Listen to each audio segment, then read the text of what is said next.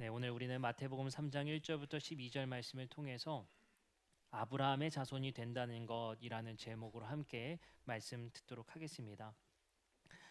요단강에서 세례 요한이 세례를 주고 있었습니다. 많은 사람들이 그에게 몰려왔고 많은 사람들이 세례 요한의 메시지에 경청했습니다.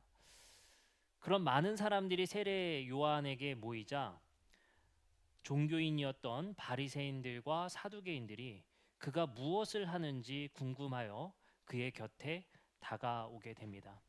어쩌면 사두개인들과 바리새인들은 당시에 기득권자들이었을 것 같습니다. 바리새인들은 성경을 해석할 권리를 가지고 있었고 사두개인들은 성전을 관리하는 역할을 맡고 있었습니다. 그들은 종교적 기득권을 가지고 있었고 그들의 해석에 의하여 그들의 성전 관리의 해석에 의하여 유대인들은 그들 앞에 머리를 숙일 수밖에 없었습니다. 그런데 어느 날 요단강에 낙타 털옷을 입은 요한이 세례를 주기 시작했고 많은 사람들이 그의 곁에 모이기 시작했습니다. 사람들은 웅성했습니다. 이 사람이 무엇을 하는가라고 궁금해했습니다. 바리새인들과 사두개인들은 꽤 신경이 쓰였을 것입니다. 세례, 다시 말해 전결 예식은 성전에서 할 수 있었고 바리새인들과 사두개인들은 정해진 곳에서 정결 예식을 진행해 왔습니다. 그러나 요한은 그것을 요단강에서 하기 시작했습니다. 많은 사람들은 성전에 출입하지 못해서 정결 예식을 하지 못했고 정결 예식은 기득권자들의 소유가 되었습니다. 정결해질 수 없었던 사람들은 성전에 출입할 수 없었으며 그들은 사두개인들과 바리새인들 앞에 복종할 수밖에 없었습니다. 그런데 어느 날 성전의 기득권자들에게만 해당됐었던 정결을 요단강에서 요한이 과감하게 시행하기 시작했습니다. 성전에서 배제된 사람들 그리고 시민으로서 배제된 사람들은 요한에게 모여들기 시작했습니다. 그리고 그에게 세례를 받으며 그의 메시지를 듣기 시작했습니다. 그때 사두개인들과 바리새인들은 그 마음 안에 불만이 생겼을 것입니다.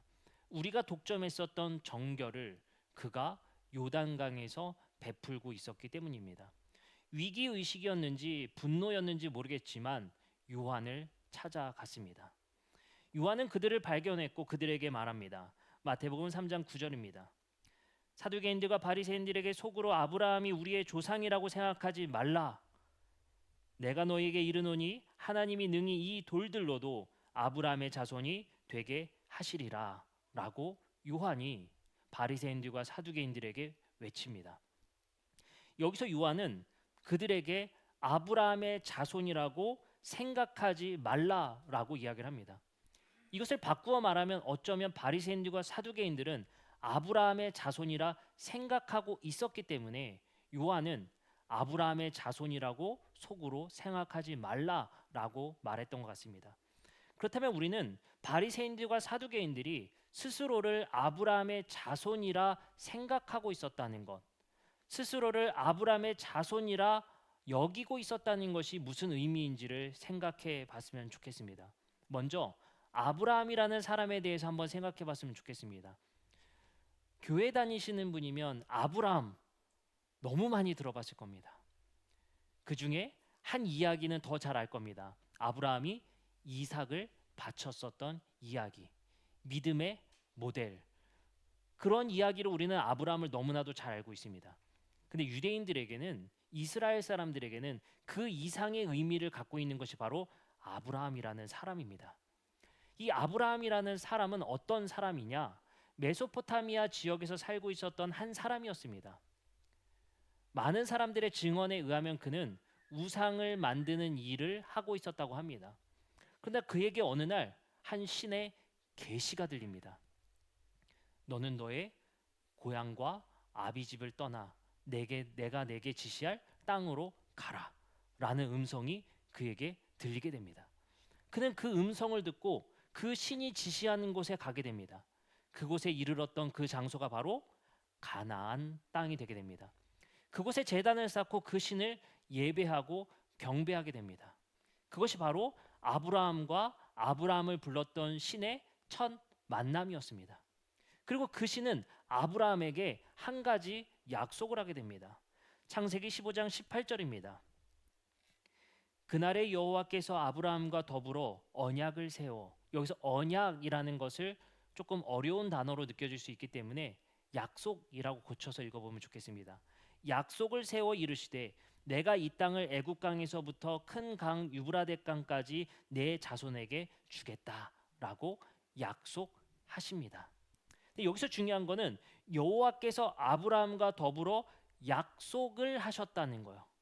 이것을 우리 같이 한번 따라해 볼까요? 예비적 약속. 좀 협조해 주시기 바랍니다. 예비적 약속. 네, 아브라함에게 예비적으로 약속을 하신 장면이에요. 예비적 약속이라고 부릅니다. 여호와께서 아브라함에게 그 땅을 주실 것을 약속하셨다는 거예요. 그래서 아브라함과 그 신이 예비적으로 약속을 선행적으로 맺게 됩니다. 그럼 이 예비적으로 약속을 맺었다면 이 약속이 성취되는 날이 올 거 아니에요. 그 성취가 언제 이루어지냐? 바로 모세와 하나님과 이스라엘 백성 사이에서 이루어지는 약속이 바로 언약이 되게 됩니다. 예비적 언약과 언약의 성취라고 보시면 됩니다. 그 약속이 언제 이루어지느냐? 아브라함에게 맺은 그 약속이 출애굽기 19장 3절부터 6절에 그 약속이 성취되게 됩니다. 이렇게 말합니다. 모세가 하나님 앞에 올라가니 여호와께서 산에서 그를 불러 말씀하시되 너는 이같이 야곱의 집에 말하고 이스라엘 자손에게 말하라. 내가 애굽 사람에게 어떻게 행하였음과 내가 어떻게 독수리 날개로 너희를 업어 내게로 인도하였음을 너희가 보았느니라. 세계가 다 내게 속하였나니 너희는 내 말을 잘 듣고 내 약속을 지키면 너희는 모든 민족 중에서 내 소유가 되겠고 너희는 내게 대하여 제사장 나라가 되며 거룩한 백성이 되리라. 너는 이 말을 이스라엘 자손에게 전할지니라. 자, 출애굽기 19장 3절부터 6절의 시내산에서 모세에게 말씀하신 이 장면이 바로 뭐냐? 아브라함에게 예비적으로 약속했던 그 약속이 성취되는 그 모습입니다. 그래서 하나님은 아브라함에게 약속했던 예비적 언약을 시내산에서 드디어 아브라함의 자손들인 아브라함의 후손들과 그 여호와가 약속을 성취하고 맺게 되는 장면이 바로 출애굽기 19장입니다. 그럼 여기서의 약속의 핵심은 뭐냐면요. 너희는 내 백성이 되고 나는 너희의 하나님이 될 거라는 거예요. 다시 말해 이제 그 아브라함에게 약속한 그 약속이 이제 성취되어서 나는 너희의 하나님이 되어줄 거라는 약속을 출애굽기 19장에서 시내산에서 계약하게 되는 것입니다. 이걸 여러분들이 우리가 기억을 해야 되는데요. 이 약속이 무엇에 근거해서 약속이 이루어졌냐는 거예요. 그것은 우리가 방금 이야기했던 대로 아브라함에게 약속한 것이 성취되었다라는 사실입니다. 출애굽기 6장 7절부터 8절의 말씀에 보면 이것이 더 분명해집니다. 너희를 내 백성으로 삼고 나는 너희의 하나님이 될 것이다. 나는 애굽 사람의 무거운 짐 밑에서 너희를 빼는 너희의 하나님 여호와인 줄 너희가 알게 될 것이다. 여기서 중요합니다. 내가 아브라함과 이삭과 야곱에게 주기로 맹세한 땅을 너희에게 인도하여 그 땅을 너희에게 주어 기업을 삼게 하리라. 나는 여호와라 하셨다 하라. 이게 뭐냐면요. 아브라함에게 약속한 바를 너희에게 성취하기 위해서 그 약속을 이루기 위해서 너희를 불러냈다는 거예요. 너희를 애굽에서 출애굽시켰다는 겁니다. 그래서 이제 나는 아브라함에게 약속한 바를 예비적 언약을 이제 약속을 맺어주겠다라는 것이 바로 출애굽기의 이야기가 되게 됩니다. 자, 그러면 유대인들에게 이 아브라함이라는 사람의 상징성이 무엇일까요? 바로 아브라함이라는 사람은요. 아브라함에게 불렀던 그 신과 예비적으로 계약했었던 바로 그 첫 번째 사람이 되게 됩니다. 그렇기 때문에 유대인들은 아브라함의 자손이 되면 아브라함과 예비적으로 맺었던 그 계약의 신이 우리의 신이 되게 되는 거예요. 내가 아브라함의 자손으로 태어나면 아브라함의 하나님이 나의 하나님이 되게 되는 것입니다. 아시겠죠? 왜요? 아브라함이라는 조상과 그 신이 계약을 맺었기 때문에 그래요. 그래서 유대인들의 종교는요, 계약의 종교라고 말합니다. 그 여호와 하나님과 아브라함과 맺은 그 계약으로부터 시작되는 것이 바로 유대교예요. 그렇기 때문에 유대인들은요, 아브라함의 후손으로 태어나는 것, 아브라함의 자손으로 태어나는 것, 그 의미 자체가 뭡니까? 아브라함의 하나님이 내 하나님이 되게 되는 거예요. 그러면 그 하나님이 내 하나님이 되면요, 무슨 권리가 생기는 줄 아세요? 아브라함에게 약속한 그 땅이 내 땅이 되는 거예요. 아브라함에게 약속하셨던 그 땅이 내 땅이 되게 되는 겁니다. 내가 뭐가 되는 거예요? 상속자가 되게 되는 거예요. 그렇기 때문에 유대인들에게는 아브라함의 자손이 된다라는 그 의미가 굉장히 중요한 의미입니다. 내가 아브라함의 자손이 되어야, 또는 후손이 되어야 아브라함과 계약한 신이 나의 신이 되고, 그에게 약속한 땅이 내 땅으로 상속자가 되기 때문에 그래요. 그렇기 때문에 유대인들은 스스로를 아브라함의 자손이라 여기는 게 굉장히 중요한 의미가 되게 됩니다. 그래서 유대인들은 누가 아브라함의 후손이냐, 누가 아브라함의 자손이냐를 아는 것, 또는 그것을 증명하는 일이 유대인들에게는 굉장히 중요한 일이 될 수밖에 없습니다. 그럼 여기서 우리는 한 가지 의문을 가질 수 있어요. 누가 아브라함의 자손이라고 말할 수 있을까요? 누가 아브라함의 자손이라고 말할 수 있겠어요?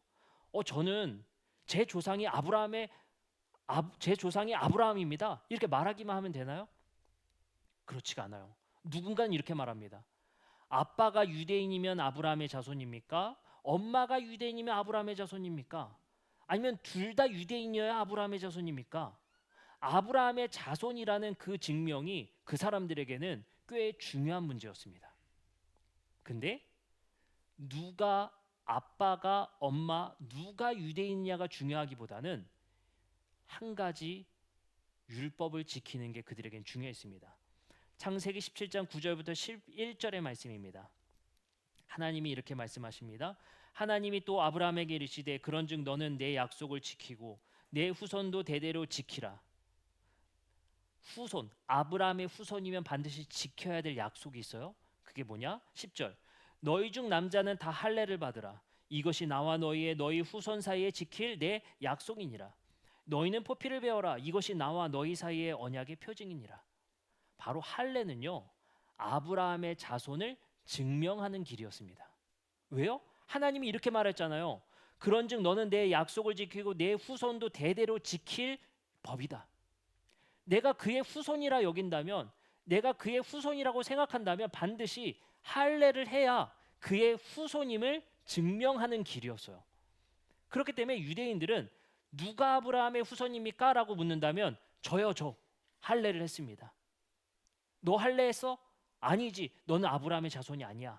이게 바로 할례라는 기준을 통해서, 할례라는 자격을 통해서 아브라함의 자손임을 증명하는 길이었습니다. 그것을 증명했던 사람들에게 어느 날 요단강에서 요한이 이렇게 말한 겁니다. 너희는 속으로 아브라함의 자손이라고 생각하지 말라. 하나님은 이 돌들로도 아브라함의 자손이라고 말할 수 있다, 만들 수 있다라고 말합니다. 이게 얼마나 충격적인 얘기였겠습니까? 자기들은 아브라함의 자손이라 여겼고, 내가 아브라함이 자손이 되어야만 아브라함의 상속자가 될 수 있었고, 아브라함의 하나님이 나의 하나님이 되는 길이었습니다. 그런 그들에게 요한은 말한 겁니다. 속으로 아브라함의 자손이라고 너희는 생각하지 말라. 굉장히 충격적인 메시지였던 거예요. 그들은 할례를 했거든요. 약속의 할례를 했고 나는 후손이라고 생각하고 살았거든요. 그걸 자부했거든요. 그걸로 사람을 차별했거든요. 그것으로 사람들로 하여금 아브라함의 자손인지 아닌지를 구별했거든요. 그리고 그들은 과감히 이렇게 표현했습니다. 너희는 아브라함의 자손이 아니니 너희들은 죄인이다 라고 말을 하고 있었습니다. 그런 그들에게 요한이 말한 겁니다. 너희를 아브라함의 자손이라고 생각하지 말라. 그리고 요한은 이렇게 말합니다. 마태복음 3장 8절입니다. 그러므로 회개에 합당한 열매를 맺어라. 이게 무슨 말인 줄 아세요? 이제 더 이상 할례가 아브라함의 자손됨의 증거가 될 수 없다는 거예요. 세례 요한은 과감하게 이렇게 외칩니다. 아브라함의 자손으로 증명되는 길은, 그리고 진정한 아브라함의 자손은 할례가 아니라 회개에 합당한 열매를 맺는 것이다. 굉장히 충격적인 메시지가 되었을 거예요. 몸에 새기는 것이 조건이 되지 못한다. 몸에 새기는 것이 자격이 되지 못한다. 도리어 너희는 회개함으로 열매를 맺는 삶을 사는 것이 진짜 아브라함의 자손이다 라고 요한은 말하게 됩니다. 이 메시지에 예수도 똑같이 말합니다.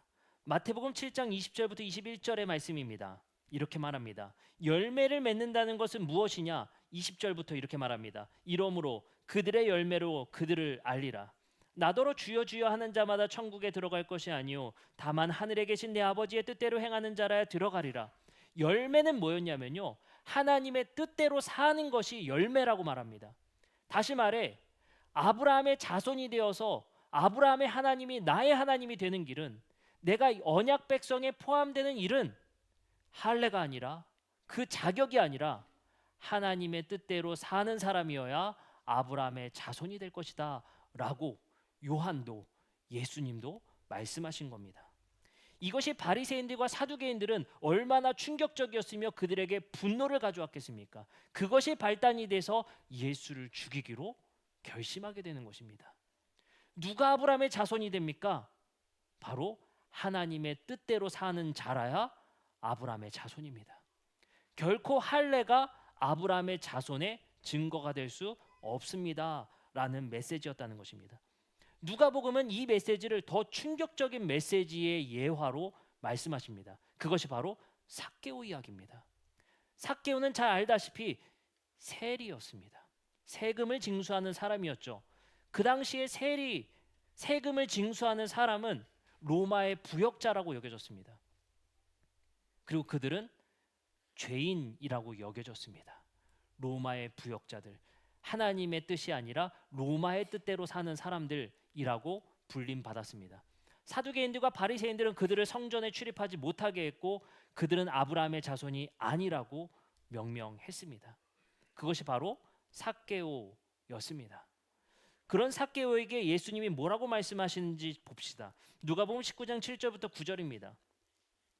뭇사람이 보고 수군거려 이르되 저가 죄인의 집에 유하러 들어갔도다 하더라. 삭개오가 서서 주께 여짜오되 주여 보시옵소서, 내 소유의 절반을 가난한 자에게 주겠사오며 만일 누구의 것을 속여 빼앗은 일이 있으면 내 갑절이 갚겠나이다. 예수께서 이르시되 오늘 구원이 이 집에 이르렀으니 이 사람도 누구의 자손이다? 아브라함의 자손이다. 결코 할례가 아브라함의 자손의 기준이 되고 자격이 될 수 없다는 것을 예수는 삭개오 이야기를 통해 다시 한번 말씀하십니다. 무엇이 하나님의 백성 되는 증명이고 자격입니까? 바로 삭개오처럼 누구의 것을 속여 빼앗은 일이 있으면 내 갑절이나 갚겠으며 가난한 자들에게 내 소유의 절반을 주겠습니다. 뭡니까? 회개에 합당한 열매를 맺은 사람.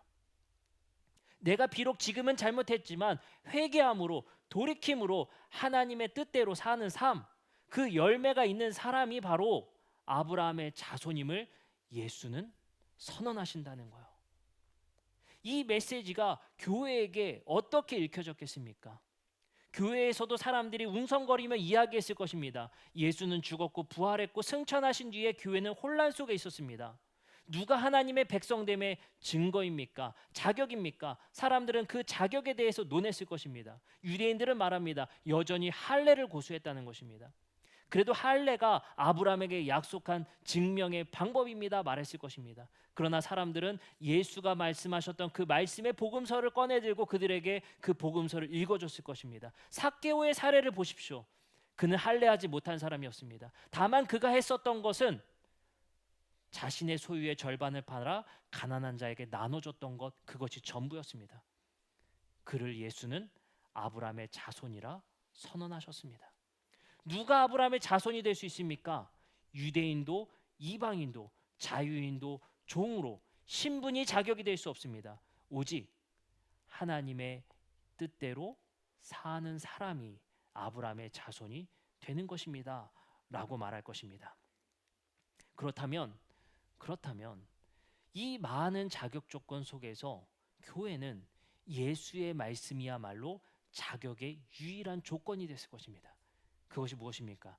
하나님의 뜻대로 사는 자라야, 회개에 합당한 열매를 맺는 사람이어야, 아주 작은 거지만 부모를 공경하는 사람이야말로 아브라함의 자손이 됩니다. 예수의 말씀대로 마음으로 간음하지 않는 사람이야말로 아브라함의 자손이 될 것입니다. 예수의 말씀대로 용서하는 사람이 아브라함의 자손이 될 것입니다. 그 작은 말씀 한 구절을 지키는 사람이야말로 아브라함의 자손이라 선언될 것입니다. 그것이 교회의 새로운 표준이 되었으며 그것이 교회의 새로운 기준이 되었다는 것입니다. 더 이상 할례라는 조건이 자격을 말하지 않았다는 것입니다. 그리고 바울은 그것에 더해 말씀을 이어가게 됩니다. 로마서 4장 2절부터 3절의 말씀은 교회에게 바울이 하나님의 백성 아브라함의 자손이 되는 그 길을 더욱더 확장해 내게 됩니다. 로마서 4장 2절부터 3절의 말씀입니다. 만일 아브라함이 행위로서 의롭다 하심을 받았으면 자랑할 것이 있으려니와 하나님 앞에서는 없느니라. 성경이 무엇을 말하느냐? 아브라함이 하나님을 믿음에 그것이 그에게 의로 여겨진 바 되었느니라. 여기서 중요한 바울의 말씀을 볼 수가 있습니다. 바로 아브라함이 행위로서 의롭다 하심을 받은 것이 없다. 오직 믿음으로 의롭다 하심을 받지 않았냐라고 선언하게 됩니다. 다시 말해 이제 예수를 믿는 새로운 하나님의 백성은 더 이상 할례가 자격이 되는 것이 아니라 하나님의 백성이 되는 그 유일한 길은 믿음으로 말미암아 가능하다는 것입니다. 그것이 새로운 교회의 표준이 되었으며 더 이상 할례가 그리고 민족이 기준이 되지 않는 것입니다. 로마서 4장 12절부터 13절의 말씀은 바울은 이렇게 말합니다. 또 할례자의 조상이 되었나니 곧 할례 받을 자에게뿐만 아니라 우리 조상 아브라함이 무할례 시에 가졌던 믿음의 자취를 따르는 자에게도 그러하니라. 여기서 이 말이 무엇이냐면요. 아브라함은 할례 받기 전에 하나님께 선택받았다는 것을 근거로 내밀고 있는 거예요. 유대인들은 바울에게 이렇게 항의했습니다. 그렇지 않습니다. 구약 성경을 그러면 당신은 무시하는 겁니까? 아브라함에게 하나님이 분명히 그 후손들은 할례를 맺으라고 하지 않았습니까? 라고 따져 물었단 말이에요. 그러니까 바울이 이렇게 말합니다. 잘 생각해 보십시오. 하나님은 그가 할례 맺기 전에 할례하기 전에 그를 불렀지 않습니까? 할례하기 전에 하나님은 그를 선택하시지 않았습니까? 할례가 아브라함의 자격이 되진 않았습니다. 할례 때문에 하나님이 아브라함을 부르시지 않았습니다. 이방인들을 보십시오. 그들이 할례한다고 해서 하나님이 부르시는 것이 아닙니다. 아브라함처럼 할례 전에 하나님이 그를 선택하셔서 그들을 부르실 수 있다는 것입니다. 이것이 바울의 이야기입니다. 갈라디아서 3장 5절부터 8절의 말씀도 마찬가지입니다. 너희에게 성령을 주시고 너희 가운데 능력을 행하시는 이의 일이 율법의 행위에서냐 혹은 듣고 믿음에서냐. 아브라함이 하나님을 믿음에 그것을 그에게 의로 정하셨다 함과 같으니라. 그런즉 믿음으로 말미암는 자들은 아브라함의 자손인 줄 알리라. 여기서도 똑같은 주제가 나오죠. 아브라함의 자손이 되는 길은 믿음으로 말미암아 가능한 것이다. 이제 할례가 하나님의 자손으로 증명하는 길이 아니라 할례 전에 하나님께서 믿음으로 아브라함을 선택하신 것처럼 믿음이야말로 하나님의 백성이 되는 길이라는 것을 말씀하시는 겁니다.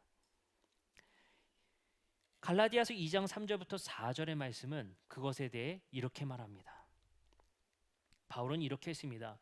그러나 나와 함께 있는 헬라인 디도까지도 나는 억지로 할례를 받게 하지 아니하였으니 이는 가만히 들어온 거짓 형제들 때문이라. 그들이 가만히 들어온 것은 그리스도 예수 안에서 우리가 가진 자유를 엿보고 우리를 종으로 삼고자 함이로되. 이 말씀이 뭡니까? 자기의 주변인이었던 헬라인 디도에게 할례를 억지로 받게 하지 않았다는 거예요. 자유롭게 뒀다는 겁니다. 이 바울의 메시지가 무엇입니까? 바로 바울은 알고 있었던 거예요. 할례가 하나님의 백성이 되는 길이 아니었다는 것을. 예수도 말씀하셨고 요한도 말했던 바로 그 부분을 바울이 이야기하는 겁니다. 아브라함은 할례 전에 하나님의 은혜로 선택받은 사람이라는 것을 알았습니다. 그리고 자신의 말씀에서 바울은 이렇게 최종적으로 정리하여 말합니다. 로마서 5장 6절부터 8절의 말씀입니다. 우리가 아직 연약하였을 때 기약대로 그리스도께서 경건하지 않은 자를 위하여 죽으셨도다. 의인을 위하여 죽는 자가 쉽지 않고 선인을 위하여 용감히 죽는 자가 혹 있거니와 우리가 아직 죄인 되었을 때 그리스도께서 우리를 위하여 죽으심으로 하나님께서 우리에 대한 자기의 사랑을 확증하셨느니라. 이 말씀이 뭡니까? 우리가 아직 연약할 때에 그리스도께서 경건하지 않은 자를 위하여 죽으셨고 의인을 위하여 죽는 자가 쉽지 않고 선인을 위하여 용감히 죽는 자가 혹 있거니와 우리가 아직 죄인 되었을 때에 그리스도께서 우리를 위하여 죽으심으로 하나님께서 우리에 대한 자기의 사랑을 확증하셨습니다. 이것이 바울의 최종적인 선언이거든요. 그 말이 뭡니까? 하나님의 백성이 되는 것은 마치 아브라함처럼 아무런 자격이 갖추어지지 않았을 때 선택된 것처럼 이방인들도 할례라는 자격이 주어지지 않았을 때 그 조건에 부합하지 않아도 하나님은 죄인 된 그 상태에서 뭘 하셨다? 그들이 죄인 되었을 때 아직 연약했을 때에 하나님께서 그 사랑을 확증하셨고 증명하셨다는 거예요. 이것이 교회의 기준이 되고 이것이 교회의 표준이 되게 됩니다. 이것이 교회에게 주는 의미가 무엇입니까? 교회에서는 성도됨을 자격을 논하지 말아야 합니다. 우리의 그리스도인됨, 우리의 성도됨을 부와 재산과 학력으로 기준 삼지 말아야 합니다. 교회에 가지고 있는 엘리트 의식을 우리는 당연히 거부해야 됩니다. 교회에 가지고 있는 기득권의 그 기득권의 기준을 버려야 합니다. 예수님과 바울이 외쳤던, 요한이 외쳤던 것이 바로 그것입니다. 교회는 자격 없는 자에게 주신 하나님의 은혜라는 것입니다. 직업의 귀천을 떠나서 우리의 삶의 재물을 떠나서 나의 삶의 기준과 평균을 떠나서 하나님은 우리 모두가 자격이 되지 않았을 때 선택한 아브라함과 이삭과 야곱과 우리 성도들이 바로 자격 없을 때 주어지신 하나님의 선물이었다는 사실을 알라는 것입니다. 교회는 바로 이것이 유일한 기준이 되게 되는 것입니다. 자격 없는 자에게 주시는 하나님의 선물, 자격 없는 자에게 주신 하나님의 은혜라는 것입니다. 바리새인들과 사두개인들은 이 메시지에 꽤 큰 저항이 있었을 것입니다. 그들은 선민 의식을 가지고 있었고 유일한 혈통이며 아브라함의 자손이라 여기고 있었기 때문입니다. 그들이 가지고 있었던 기준 때문에 이방인들은 교회에 들어오기를 꺼려했습니다. 또한 이방인들은 성전에 출입할 수가 없었습니다. 그들이 가지고 있었던 기준, 조건은 점점 더 높아지기 시작했습니다. 할례에 이어서 음식을 가려 먹는 일, 음식을 가려 먹는 일에 이어서 안식을 준수하는 일. 그들의 기준은 점점 높아지며 성전에 들어갈 수 있는 사람이 점차 소수가 되어지고 있었습니다. 심지어 재물도 돈을 주고 매매했어야 됐습니다. 그들의 기준에 따라 부합하지 않는 재물은 받아주지도 않았습니다. 그들의 기준에 부합하는 재물은 성전에서 팔기 시작했습니다. 그것을 사지 못하는 사람들은 하나님 곁에 가지 못했습니다. 그들의 조건과 자격과 부를 이루지 못한 사람들은 성전에 출입하지 못했습니다. 사도행전에선 이렇게 말합니다. 38년 된 병자가 여전히 성전 미문 앞에서 그곳에 출입하지 못하고 구걸하고 있었다는 것입니다. 자격이 주어지지 못해서, 그들의 몸이 온전치 못해서, 온전함이라는 그들의 기준, 일반적이라는 정상이라는 그들의 기준에 부합하지 못해서 성전을 폐쇄적으로 만들었습니다. 지금 현대 사회는 어떻습니까? 온전함, 정상이라는 표현을 우리는 어디에 쓰고 있습니까? 우리는 틈만 나면 나와 다르면 비정상 취급을 합니다. 정상적이지 않다라고 말합니다. 이상하다라고 말합니다. 사회적 평균에 부합하지 못하면 실패했다라고 말합니다. 그 기준이 마치 교회에서도 똑같이 적용되어서 그 기준에 부합하지 못하면 실패했다 여깁니다. 하나님께 복을 받지 못했다라고 말합니다. 세상의 기준과 교회의 기준이 어떻게 이렇게 똑같을 수 있습니까? 그 기준에 의거하여서 혹여나 우리의 직분이 나눠지진 않고 있습니까? 그 기준에 부합하지 못하면 우리는 그를 하대하지 않습니까? 이것이 성경에서 철저하게 금지하고 있는 예수님의 메시지였습니다. 그것이 무엇입니까? 우리에게 그 자격으로 서로를 기준 삼지 마십시오. 우리 모두가 아직 연약할 때에, 아직 죄인 되었을 때에 하나님께서 주신 선물이지 않습니까? 당신의 부 때문에 성전에 들어갈 수 있었던 그 시대는 끝났습니다. 당신이 온전하다고 여기는 그것으로 성전에 들어갈 수 있었던 시대는 끝났습니다. 이제 하나님이 모두를 온전케 하셨고 하나님이 죄인된 여러분들, 부정한 여러분들에게 모두에게 선물을 동일하게 주셨습니다. 우리 모두 권리가 있습니다. 이것이 바로 하나님의 선언이었습니다. 그런 우리 그리스도 교회의 가장 중요한 가치가 무엇이겠습니까? 차별하지 않는 겁니다. 이 교회에서 차별하지 않는 것입니다. 어떠한 기준 때문에, 어떠한 자격 때문에 사람을 배제하지 않는 가치가 이 교회의 예수님의 십자가의 가치인 것입니다. 예수는 자신의 죽음으로 둘을 하나로 만드셨다고 합니다. 예수님은 자신의 죽음으로 모두에게 선물을 주시고 권리를 주셨습니다. 이제 우리 모두가 그 선물을 받은 권리가 있는 사람들입니다. 그렇기 때문에 교회에서는 더 이상 우리 서로를 어떤 기준과 편균이라는 것을 통해 우리 서로를 정죄하거나 판단하지 않았으면 좋겠습니다. 바울이 그래서 말합니다. 서로를 판단하지 말라. 교회는 세상의 기준을 가지고 서로를 정상, 비정상으로 판단하지 않았으면 좋겠습니다. 여러분들, 세상에서 뭐라고 말합니까? 세상에서 우리에게 말하는 그 이데올로기가 무엇입니까? 야, 그 나이 먹도록 왜 결혼을 못했어? 야, 그 나이 먹도록 왜 집을 못 샀어? 야, 너희들은 왜 이렇게 살아? 라고 어떤 기준에 의거해서 실패자들과 일반적인 사람들을 나누게 됩니다. 여기서 나눔을 통해서 얘기하는 것이 무엇입니까? 정상, 비정상을 나눕니다. 그 기준이 교회에서도 똑같이 적용돼서는 안 된다는 것입니다. 그것이 하나님의 백성 되는 자격이 아니기 때문입니다.